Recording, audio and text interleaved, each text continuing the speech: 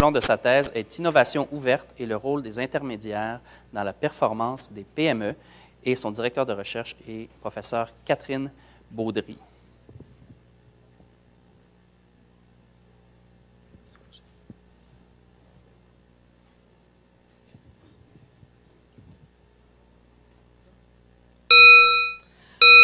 Donc, vous avez deux personnes qui sont à la recherche d'une personne idéale à trouver. Souvent, ça vous arrive, vous avez des amis qui recherchent quelqu'un pour partir un couple.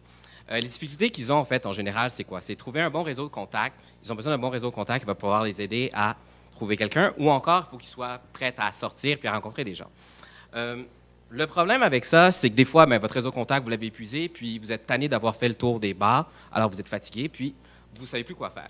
C'est là que vient l'option du speed dating. Ce que vous faites, vous arrivez, vous rencontrez des gens, vous avez 1 minute pour vous présenter, expliquer un peu qu'est-ce que vous faites dans la vie, puis si ça marche bien, soit vous allez finir avec un partenaire, soit encore vous avez un nouvel ami que vous avez rencontré, étant de votre réseau de contact, ou au pire, vous êtes bien amusé.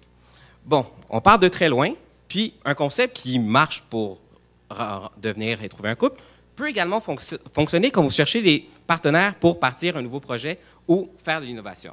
Vous avez donc un même problème. Encore, vous avez des individus qui ont des entreprises, des PME ou des universités qui ont de la difficulté à trouver des gens pour faire de la recherche. Le problème, c'est que ce n'est pas nécessairement facile de trouver nécessairement des partenaires. Le speed dating, là, vous dites comment on peut faire pour utiliser ça? En fait, il y a un organisme qui fait à peu près la même chose. Cet organisme réussit à rencontrer les gens, les mettre ensemble, les gens présentent en fait leur projet d'innovation, et si tout se passe bien, les gens réussissent à ensuite développer un partenariat pour faire de la recherche par la suite. Comment ça peut vous influencer? Eh bien, dites-vous qu'il y a maintenant des avions qui sont faits selon ce type d'expertise. Bon, là, il y a des différents problèmes qui viennent avec tout ça. Au niveau de la propriété intellectuelle, c'est-à-dire les brevets, les secrets, comment vous allez faire pour gérer tout ça? Il faut voir, il y a des questions à se poser au niveau du cadre et comment, en fait, les intermédiaires font pour régler ces questions-là. D'autres problèmes aussi que vous pouvez également avoir, c'est tout ce qui est la confiance. J'arrive devant quelqu'un que je ne connais pas nécessairement, à qui il va falloir que j'explique certaines choses. Le travail d'équipe n'est pas nécessairement facile. Donc, il faut un cadre pour tout ça, pour déterminer comment ça fonctionne. Et là encore, je vais regarder tout ça. Donc, en gros, je suis en train de devenir un expert en speed dating.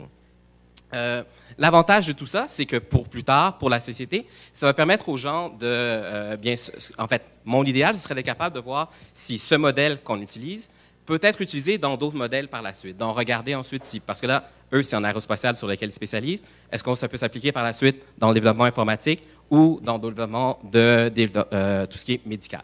Donc, en gros, voilà ce que j'essaie de faire et j'espère ensuite pouvoir devenir, comme je vous dis, un expert dans le domaine. Merci beaucoup.